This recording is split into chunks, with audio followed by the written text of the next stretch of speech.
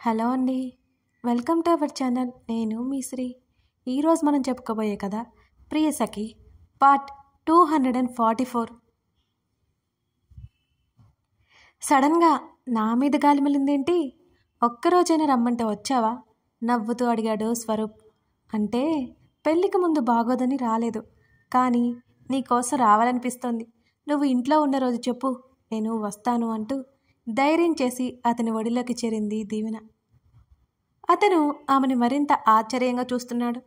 వాళ్ళ ప్రేమ ప్రయాణంలో ఇంత దగ్గరగా ఉండడం చాలా తక్కువ, మాట్లాడడమే ఎక్కువ. ఇక ముట్టుకుంటే దీవెన చంపేస్తుంది అని ఆమెను ఎప్పుడూ ఇబ్బంది పెట్టలేదు అతను. ఏంటి ఇది నిజమే అని అడిగాడు అదే ఆశ్చర్యంతో. నీ బాడీ పార్ట్స్ సెట్ అయిపోయాయి కదా? అతని జుట్టు చెరుపుతూ అడిగింది దీవెన. మళ్ళీ విరిగినా పర్లేదు, నువ్వు ఇలాగే ఉండు. ఆమె వీపుల మీద చేతులు చేర్చి ఆమె ముఖం వైపు చూస్తూ అన్నాడు స్వరూప్. నేను ఇంకా చిన్నపిల్లని స్వరూప్ అని ఆమె ముద్దుగా అంది. 1 year నుంచి నీ ఫీలింగ్ ఇదే కదా? ఇంకో 2 years పోయినా ఇదే ఫీలింగ్లో ఉంటావు. నేను చెప్తుంది నిజమే కదా? అతను కళ్ళు ఎగరేశాడు. ఆమె నవ్వింది. మా ఫ్యామిలీలో అందరికంటే చిన్నదాన్ని నేనే. నన్ను అందరూ ఇప్పటికీ చిన్నపిల్లలా చూస్తుంటే నేనేం చేయమంటావు చెప్పు? పెదవి విరిచింది దీవెన.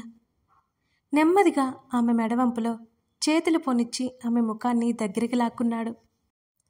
దీవెన గుండె వేగంగా కొట్టుకోసాగింది. సున్నితంగా ఆమె పెదవులు అందుకున్నాడు. ఇంతకుముందు ఎన్నడూ అతనితో అంత క్లోజ్గా లేదు. ఆమె కనురెప్పలు రెపరెపలాడి మూసుకుపోయాయి. ఇద్దరికీ తొలిముద్దు అది. మరో 5 నిమిషాల పాటు ఆమెని వదల్లేదు. అతని చెయ్యి ఆమె వీపు నిమురుతూనే ఉంది. నెమ్మదిగా కళ్ళు తెరిచి అతని ముఖంలోకి చూసింది దీవెన. అతను ఆమెని చూస్తుండగానే ఇక వెళ్ళనా అని అడిగింది. మరోసారి ఆమె పెదవులని అందుకున్నాడు. ఇందాక ఉన్న సున్నితత్వం స్థానంలో గాఢంగా మారిపోయింది ఆ ముద్దు. ఆమెకి అర్థమైంది తను వెళ్ళడం అతనికి ఇష్టం లేదని. అతని చెయ్యి ఆమె నడుము వంపులో చేరగా ఒక్కసారిగా ఆమె చేతులు అతని చుట్టూ బిగుసుకుపోయాయి. ఓ కొత్త ఫీలింగ్ ఆమెలో కలిగింది. ఆమె శరీరం వణికింది. స్వరూప్ కంగారుగా అతనికి దూరం జరగబోయింది. ఏంటి? ఆమె మెడవంపులో అతని పెదవులు తాకగానే ఒక్కసారిగా ఆమె కనులు మూసుకుపోయాయి. అతని పెదవులు ఆమె కంఠాన్ని అభిషేకించసాగాయి. స్వరూప్ ఆమె పిలుస్తున్న ఆమె గొంతు వణుకుతోంది. మరోసారి గాఢంగా హత్తుకుని కెరటంలా ఎగిసిపడుతున్న భావాలను అదుపు చేసుకోసాగాడు అతను. బలవంతంగా అతన్ని విడిపించుకుని డ్రెస్ సరిచేసుకుంది దీవెన. డ్రాప్ చేయనా? అతను ఆమెను చూస్తూ అడగ్గా తల అడ్డంగా ఊపింది. అతను క్యాబ్ బుక్ చేశాడు. ఆమె చేతిని అందుకున్నాడు. తల ఎత్తి చూసింది అతని వంక. పెళ్లి చేసుకుందాం. అతని మాటలకి ఆమె నవ్వింది. ఆమె చేతులు పట్టుకుని మరోసారి దగ్గరికి లాక్కున్నాడు. వదులు బాబు, నేను వెళ్ళాలి అంది. నిజం చెప్తున్నా, అసలు వదలాలని లేదు అతను అంటుంటే. ప్లీజ్, నాకు కంగారుగా ఉంది అంది దీవెన. పర్లేదు, కంగారు పడు అంటూ మళ్ళీ ముద్దు పెట్టుకోబోతుంటే క్యాబ్ డ్రైవర్ నుంచి ఫోన్ వచ్చి అతన్ని దూరం జరిగేలా చేసింది. సార్ వెయిటింగ్ ఛార్జెస్ పడతాయి అని అతను అంటుంటే 1000 ఇస్తా, అరగంట అక్కడే ఉండు అని విసుక్కున్నాడు స్వరూప్. ఫోన్ పక్కన పడేసి అప్పటికే నవ్వుతున్న దీవెన్ని చూస్తూ ఇప్పుడు ఓకేనా అని అడిగాడు. ఊహు అంటూ వదిలించుకుని చెయ్యి ఊపి ఉడుక్కుంటున్న అతన్ని చూస్తూ నవ్వుకుంటూ వెళ్ళిపోయింది దీవెన.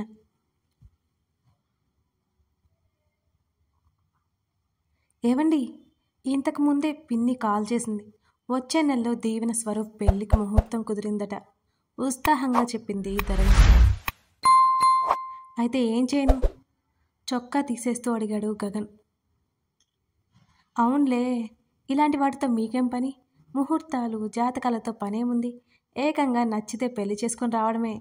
చిన్నగా గొనిగి గగన్ చూసిన చూపులకి గొటికలి మింగి అత్తయ్య పిలుస్తున్నట్టుందండి, మహి ఏడుస్తాడేమో అని పారిపోబోతున్న ఆమె చేతిని పట్టి వెనక్కి మడిచి దగ్గరికి లాక్కున్నాడు గగన్. ఏంటి ఇప్పుడు చెప్పు అంటూ మరొక చెయ్యి ఆమె గొంతు చుట్టూ వేశాడు. ఏం లేదు, బాబు ఏడుస్తాడు. ఈ మధ్య నోరు ఎక్కువ అవుతోంది నీకు అంటూ ఆమె మెడ దగ్గర అతని పెదవులు తాకించాడు. ఒక్కసారిగా నిటారుగా అయింది ధరణి. అతని మునిపంటిగాడు ఆమె మెడ మీదకి చేరగానే కీచుగా అరిచింది. గాయం చేసిన దగ్గర మెత్తగా ముద్దు పెట్టుకుని, భయం లేకుండా పోతుంది నీకు అంటూనే ఆమె నడుము సుతిమెత్తగా నొక్కడంతో అదిరిపడింది. గబుక్కున అతనికి దూరం జరిగి అలకగా చూస్తున్న ఆమె మెడ అద్దంలో చూసుకుంది. అతను ఫ్రెష్ అవ్వడానికి వెళ్ళిపోయాడు. వాంపైర్ ధరణి గొనిగింది. వినబడుతోంది అని అతను వెనక్కి తిరిగి చూడగానే, నేనేం అనలేదు అంటూ బాబు దగ్గరికి పరిగెత్తింది ధరణి. అతను నవ్వుకుంటూ వెళ్ళిపోయాడు. దీవెన, స్వరూప్ పేర్లతో పెద్ద పెద్ద హోర్డింగ్స్తో పాటు వారిద్దరి ఫోటోలు, నిశ్చితార్థ వేడుకలు ఘనంగా ఉన్నట్టు డెకరేషన్ చుట్టూ మెర్క్యూరీ లైట్లు మినుకు మినుకుమంటున్నాయి. ఆ పెద్ద ఫంక్షన్ హాలు బంధుగణాలతో కిక్కిసిపోయింది. ఇద్దరివి బిజినెస్ ఫ్యామిలీస్ కాబట్టి ఎంగేజ్మెంట్కి బోల్డంతమంది జనాలు వచ్చారు. స్టేజ్ మీద దీవెన, స్వరూప్ కూర్చుని ఉన్నారు. వారిద్దరి ముఖాల్లో సంతోషం కొట్టొచ్చినట్లు కనబడుతోంది. చూడు, అది ఎంత సంతోషంగా ఉందో, పక్కనే ఉన్న వీక్ష తల్లితో అంది. రాజేశ్వరి కూతుర్ని చూసుకుని మురిసిపోసాగింది. అంతకుముందు దీవెనతో జరిగిన సంభాషణ గుర్తొచ్చింది రాజేశ్వరికి. స్వరూప్ని అల్లుడుగా రాజేశ్వరి ఒప్పుకుందని తెలియగానే తల్లితో యుద్ధానికి దిగింది దీవెన. ఇన్ని రోజులు ఎందుకు ఒప్పుకోలేదని అరిచి గొడవ చేసింది. స్వరూప్ తన కూతురికి తగ్గ వరుడవుతాడని అన్ని ఎంక్వైరీ చేసుకున్నాక ఆమె పెళ్లికి ఒప్పుకున్నట్లు చెప్పి దీవెన నోరు మోయించింది. తల్లిని ఏమి అనలేక హత్తుకుని ఆమెని మిస్ అయిన ఫీలింగ్ పోగొట్టుకుంది దీవెన. అది సంతోషంగా ఉండడం కంటే నాకేం కావాలి, నేనేం చేసిన దాని సంతోషం కోసమే కదా అంది రాజేశ్వరి. అక్కడ మాలవిక, జయ అందరూ ఉన్నారు. మిగతా వాళ్ళు నవ్వుతూ చూస్తున్నారు వాళ్ళిద్దరిని. బాబు భయపడతాడని కాస్త దూరంలో బాబుని ఎత్తుకుని ఉన్నారు గగన్, ధరణి. ఆమె నడుము చుట్టూ చెయ్యేసి దీవెన వైపు చూస్తున్నాడు గగన్.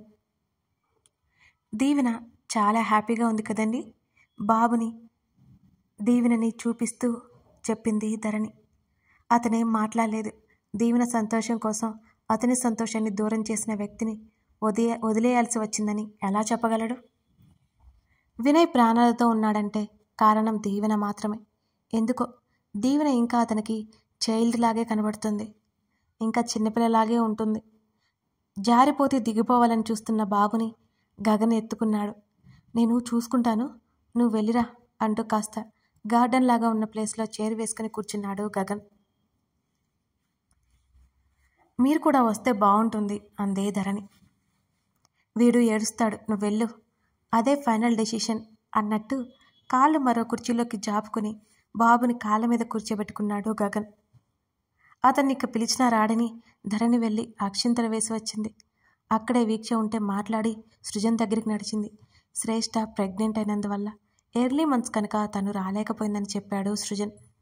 ఎక్కడా నా అల్లుడు అని అడుగుతున్న సృజన్ని చూసి నవ్వి, ఈ సౌండ్స్కి ఏడుస్తాడేమోనని ఆయన దగ్గరుంచాను, ఇక్కడే ఉన్నారు, గార్డెన్ దగ్గర కూర్చున్నారు అని చెప్పింది ధరణి.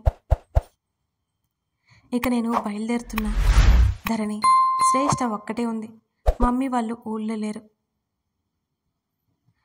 తినేసి వెళ్ళు అంది ధరణి. లేదు, మరోసారి వస్తానులే, నా అల్లుని తర్వాత కలుస్తానని చెప్పు, వాడి కోసం మరదలు వస్తుందని చెప్పు అని సృజన్ అనడంతో ధరణి గట్టిగా నవ్వింది. ఆమె సంతోషాన్ని కనులారా చూసుకొని అక్కడి నుంచి బయలుదేరాడు సృజన్. ధరణి మనసులో అతని స్థానం చాలా గొప్పది. అతని మనసులో ధరణి స్థానం చాలా ఉన్నతమైనది, ఎంతో ఆప్యాయమైనది. వాళ్ళిద్దరి మధ్య ఉన్న బంధం అలాంటిది. నువ్వేంటి మీ ఆయన్ని వదిలేసి ఇక్కడున్నావు? ధరణి పక్కన కూర్చుంటూ అడిగింది వీక్ష. ఊరుకో, నేను ఎప్పుడైనా అంటి పెట్టుకుని తిరిగానా ఏంటి అని అడిగింది ధరణి. అది నువ్వే చెప్పాలి. మీ ఆయన కేక వేస్తాడు, రెడీగా ఉండి వెళ్ళడానికి వెటకారంగా అంది వీక్ష. నువ్వు చేసావని నాకు చెప్పుకో వీక్షని అన్నది ధరణి. అవునవును, వచ్చిన దగ్గర నుంచి చూస్తున్నాను నేను. మా ఆయన చేతిని పట్టుకుని వదలకుండా తిరుగుతున్నాను మరి వెటకారంగా అంది వీక్ష. నిజాలు చెప్పవే బాబు, ఫంక్షన్కి వచ్చిన దగ్గర నుంచి ఫోటోలు, బట్టలు, నగలు అంటూ నన్ను వదిలేసి వెళ్ళిపోయావు అంటూ అక్కడికి వచ్చాడు చేతన్. కథ కొనసాగుతోంది.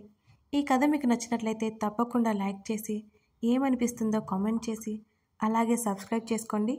ఇంకొక చిన్న విషయం అండి, స్టార్టింగ్ కంటే ఇప్పటి వరకు నా వాయిస్లో చేంజ్ ఏమైనా వచ్చిందా? మీకు బెటర్గా అనిపిస్తుందా ఇంతకుముందు కంటే? ప్లీజ్ చెప్పండి, నేను ఇంకా బెటర్గా ఉండడానికి చూసుకుంటాను. ఇంకేమైనా చేంజెస్ ఉన్నాయంటారా? మర్చిపోకుండా చెప్పండి. అలాగే లైక్ చేసి సబ్స్క్రిప్షన్ మాత్రం మర్చిపోకండి. Thank you for watching this video. మరో ఎపిసోడ్తో మళ్ళీ కలుద్దాం.